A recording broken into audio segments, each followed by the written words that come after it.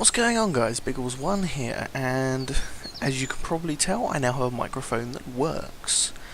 My previous microphone broke a couple of weeks ago, and as such I've been unable to make anything.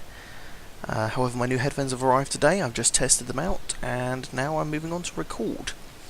So the video that I've had a lot of positive responses from people on was my previous Kerbal Space Program introduction video. And since then, I've seen a lot of the reviews and people have wanted me to do more on them, and I thought since then, new versions have come out, so I thought I'd wait for them to come out, get settled into them, and then I can make a new version for the latest version, which is 0.19. Ignore my Steam tabs down there. So, what I've done is I am here in 0.19.1, I think, whatever the latest version is, the one with the 0.54 on the very end of it. So I'm here, and we're going to make a new spacecraft from the beginning, and see how it turns out. So what you want to do, first of all, you want to start off with is a pod. Now when you start off making a spacecraft like this, yours will look fairly similar. A couple of these won't be here because these are modded ones that I've put in myself, but yours will look fairly similar. This little one here, the Command Pod Mark 1, is pretty much the simplest one you can get. So we just mouse wheel up so we can raise this up so we can build everything underneath it. So the way you build spacecraft in this game is you have to build from the end backwards. You have to start off with your last stage, your final stage, and you need to work all the way down to your initial launch stage. So you have to kind of build it backwards. So the first thing we're going to need, because we have our command module here, this is going to be coming back to Kerbin with a Kerbal in it, so we need a parachute. So this dinky little Mark 16 parachute here fits perfectly. We plonk that on, get a little strut connector from the structural section, switch on symmetry and plonk two of those on the side so it doesn't accidentally rip off and fly away and leave our Kerbal dangling there in space. So this is going to be our final little return stage. So that's sorted. So the next thing we need is we want a stack decoupler. This allows us to separate this at the end of it so we can leave the rest of our rocket behind and just have this little stage come back to Kerbin. We don't want to take the rest of it back with us. We're just doing a little how you get into orbit test. So we just want a little stack decoupler like this, and that will separate us off quite nicely. Next, we want to throw in an SAS module. These are very good for keeping things stable. They're basically a big computer that controls the spacecraft and keeps it stable. You can get things like MechJeb like these, which is the mod that I have installed, but some people consider that cheating. I think it's okay for when you're doing long missions, but for little things like this, like when you want to get started, there's no point in just skipping straight to it. It is like cheating when you just don't bother learning it properly. But I've done far too many launches, so I just get bored of doing them eventually and just want to get to the meaty stuff of the space program. So next we want a little bit of fuel. We don't need very much fuel because we're just going to be plodding about in orbit, so we're just going to stick that on there. And then we just want a diddy little engine to help push us around once we're in space. This will be just to adjust our final orbit and get a view of the sights. So that's pretty much our top stage. When you have bigger spacecraft, you can use these called RCS tanks, reaction control system. So this fuel tank and this fuel tank and this fuel tank have RCS fuel in them, and you put these little thrusters on the spacecraft and they let you control your adjustment of your spacecraft, move it around very finely in space instead of having to rotate everything and thrust in one direction with your main engines. You can use these to adjust yourself, but we're not going to be docking to anything this episode, so they're just there for the fun of it. So then we can stick another stack decoupler on here, and we're going to absolutely guarantee we're going to get into space with more fuel than we absolutely ever need. So we're going to use an adapter to go from the small, I believe they're 1 meter modules, down to the 2.5 meter modules, I think they are.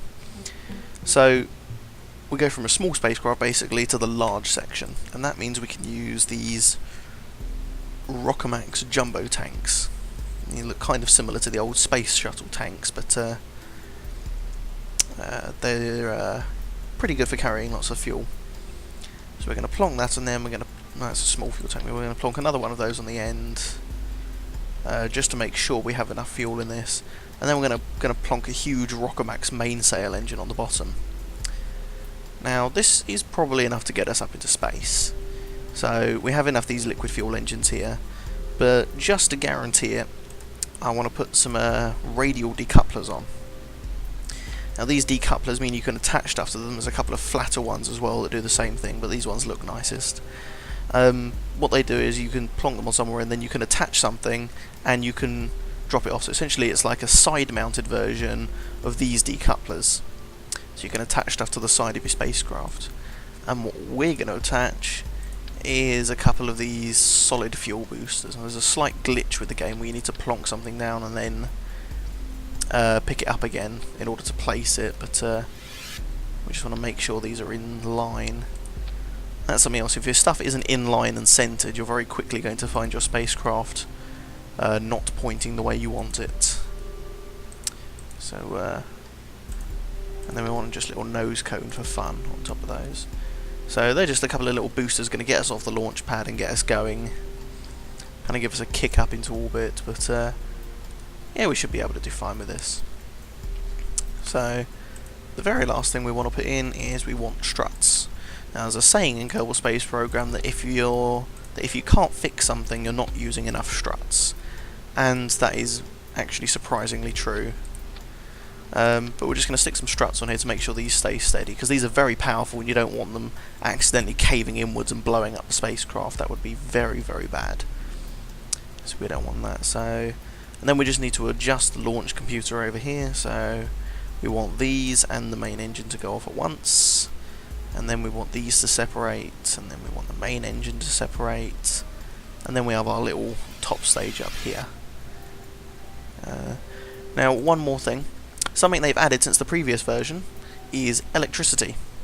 Your spacecraft require electricity to run, and some big engines provide electricity, like this big Rockomax one here, and the other standard ones, but this little engine here does not provide electricity when it's running. So we're going to need some solar panels. No, not that. We need... yeah, here we go. We can have a nice little one like this. We can have one on either side, and then just balance those up. And then for when we're in the dark side of the planet, we can have a battery.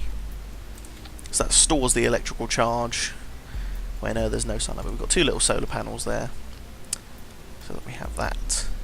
And then, just for fun, we're going to stick a communication dish on the back, in case he gets bored or wants to watch some Sky TV or something. So we'll just call this Test Rocket 1. We'll save it.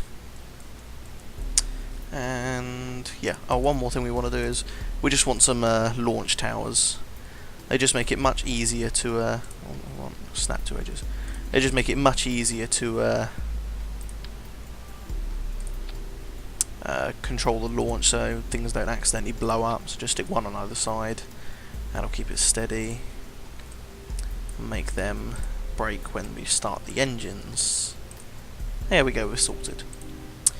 So now we get to the actual getting into space part of it, which isn't as complicated as it first seems. I know many people who have a lot of trouble with getting into space, but it's mainly just about knowing the basics.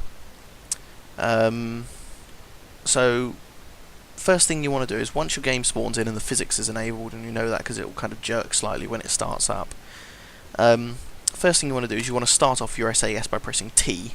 See the little blue SAS thing here started up? That means that our computer is now keeping our spacecraft pointed in the direction it's already in. So nothing's thrusting at the moment, but when we're flying, you can watch this engine down here, the big Rockomax one, and you'll see it flickering about slightly as it points to try and keep us directly straight upwards. Second thing to do, which a lot of people forget, hold down Shift to make your throttle go up all the way. Hold Control to make it go down, but you want it all the way up at Shift at the moment, and if you need to cut the engines for whatever reason, X just cuts it immediately down to 0. So we have our thrust at maximum, and we have our everything is set up properly. So next stop, space, and you start everything off by pressing space to go to space. That's quite an interesting way to put it. Press space to go to space. So lift off in 3, 2, 1, lift off. Something else you may have noticed from the previous version is that there is now no longer a launch tower. It's just the launch pad, so you can see we're rocketing up very quickly here. We want to pull our throttle back a bit, so that we're not wasting all our fuel straight away, because down here, very deep in the atmosphere, the air is very thick, so we don't want to be spending all our time pushing against the atmosphere just so we can waste more fuel. The atmosphere is too resistant at this stage, basically, so we want to cut our fuel back and save it for later on once we're in a lower bit of atmosphere. So our solid rocket boosters are nearly empty, and soon they will go flying off. Shouldn't be too much longer. Thrust up to counteract. There we go. Press space to drop them off, and they go flying off. Now we're getting pretty high up now, so what we want to do is, we're starting to jitter slightly. What we want to do is we want to press D to try and turn ourselves over to the left a bit, to the right a bit. Sorry. We want to push ourselves over that way, and we want to start what's called our gravity turn, just not too far, just a little bit, and then we can press T to make it hold that position again. And the reason for that is that we're starting to turn over towards our orbital path. So we want to just keep turning over a little bit every now and again.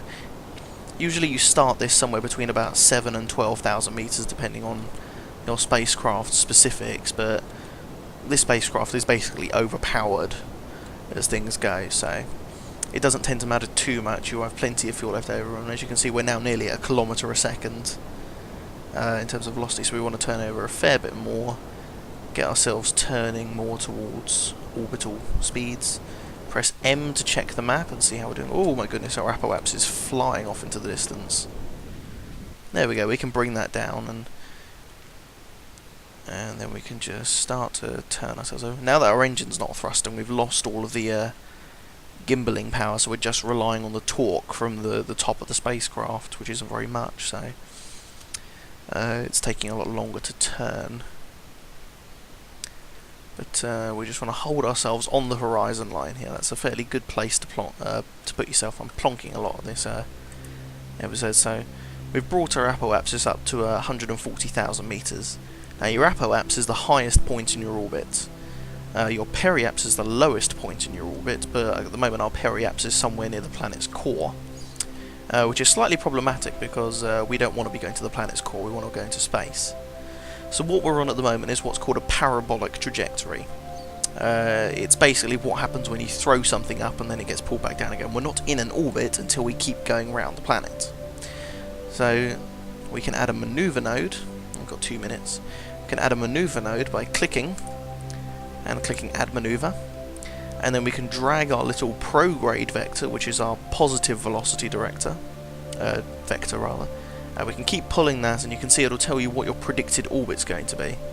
So we keep pulling that until it flips around. That's a little bit too much. 159, 129. Okay, that'll do. So you can see, so now we've added a maneuver, and it's telling us down here that, it doesn't know how long our burn's going to be yet because it glitches out sometimes, but we need to input 1200 meters per second basically, and we need to, and our node is in about a minute, just over a minute's time. So we don't want to start thrusting at the node because that means that we'll miss it, because this is based on you instantly dumping 1200 meters per second of speed, which isn't going to happen. We have to thrust for a certain amount of time. So we're going to start thrusting about 20 seconds before the node. So that way, by the time we finish our maneuver, we'll have thrusted evenly on either side, roughly. And we're probably going to need to separate the spacecraft parts halfway between each burn, but that shouldn't be too much problem. So we're at 35 seconds now, so we're up at 136,000 meters. So now that we're all the way up here, we don't need to worry about power at the moment. We've got plenty of time. So 20 seconds, now we want to start thrusting. So we push up the engines and we start burning. We might have actually done this a bit too early. This spacecraft is very overpowered. So to give you more of a rough idea what it's actually like, I'm just going to dump this stage here, and then we're going to do the rest of it with our little orbital stage here. So because we weren't on a complete orbit, that other section, which is now way back there, more than a kilometre away now, that's just going to drop back down to the planet and burn up. So We don't need to worry about that. Because we're much, much lighter now, this is much more sprightly and manoeuvrable. Okay, let's just check our orbit. Just click on that to get rid of it. So there we go. So you can see our main stage is still on a parabolic trajectory. It's still going to drop back down to the planet, just a lot later than we were originally. But now we're in an orbit. Our lowest point, our periaps, is 107,000 meters, and our apoaps is 154,000 meters, or 154 kilometers. So now we're in orbit. Now we can open up our solar panels and our satellite dish. And there we go. We are officially now a spacecraft in orbit. And now we can just time-lapse and watch the sunset behind the planets. So, there we go. Now we're in space. And you can just stay up here and fly around, or you can use this to launch off to the moon or other places. We don't have enough speed to go to the moon. We would have if I kept my main stage, but this little stage on its own doesn't have enough Delta V, as it's called, to get to the moon. But yeah, so we're in orbit now. So, now that we're in orbit, we're going to need to come back. Our Kerbals don't want to spend forever in space, so we want to bring them home eventually. But I think we can go home in a bit of style. I think we can add a manoeuvre at our periaps, well, not quite that much. We can add a manoeuvre at our periaps to make us go really, really far out. And then we can do a very tiny, tiny little thrust, and we can make our periaps just inside the atmosphere. So we'll come into the atmosphere really, really fast, and we'll get a brilliant show from the... Oh, there we go. We want to be that way. We can get a brilliant show from the re-entry heat as well. There we go. Start thrusting. Get rid of that now because I don't need that anymore. And now we can just keep thrusting until our periaps gets as high as possible, and we still actually have some fuel left. So you can see the apoap's just getting higher and higher. It's now more than 1,000 kilometers, nearly at 2,000 kilometers, and we've still got plenty of fuel. Actually, no, we probably could get to the moon with this stage. Unfortunately, we started thrusting in the wrong place. But there we go. We'll just keep pushing that out slightly until it goes too far.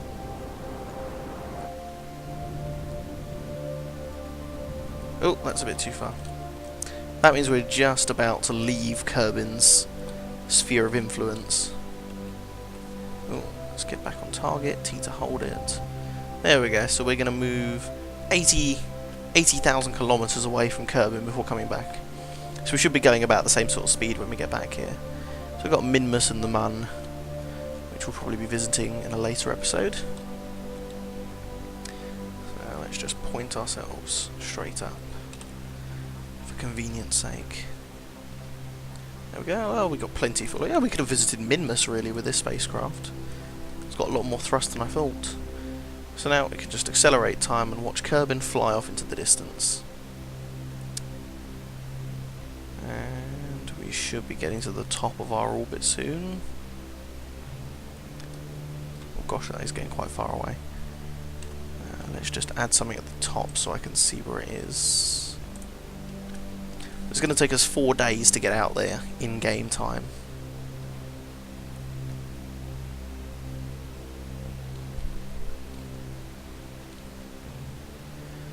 A little bit closer. Oh, never mind. So now we want to point retrograde again,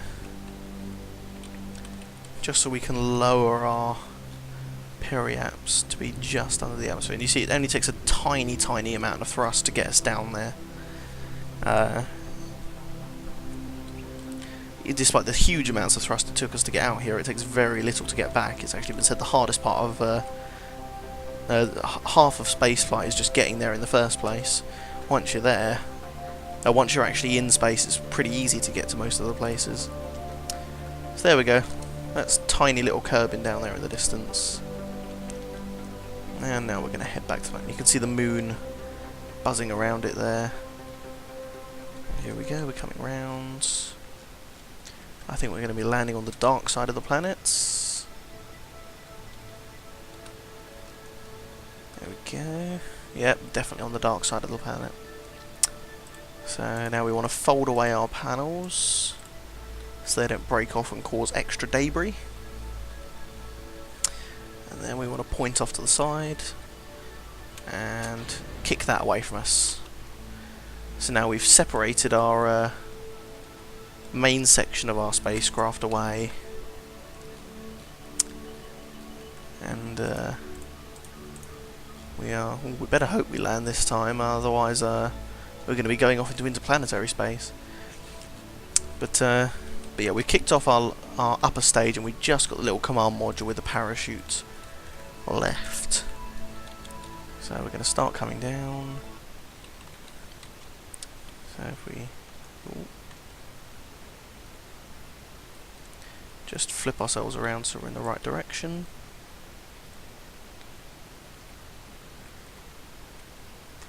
There we go. Now the command module has its own sort of mini SAS inside it, but it's not enough to control the whole spacecraft, so you can get this thing on its own to hold the direction, but apart from that it won't do much else. So I want something else. When you're in space, you can just little right, get rid of that. Click on the crew hatch and you can EVA, or you can do that there, which means you can fly around and you can do little manoeuvres in space. Here we go, re-entering the atmosphere at 3.2 kilometers a second. Should be a very pretty light show. Oh, you can see some of the re-entry heat starting. There we go. As we come back at sunrise. So you can see that heating up the bottom there very, very hotly. Re-entry heat doesn't actually cause any damage yet, but it's just for aesthetics. But it certainly looks very good. What does it look like from the inside? Just the flames licking the outside of the spacecraft there. Oh, and you can see it's dropped our orbit down very, very rapidly, slowing us down a lot. So we're just screaming through the atmosphere at 2 kilometers a second here. See the ground flying past.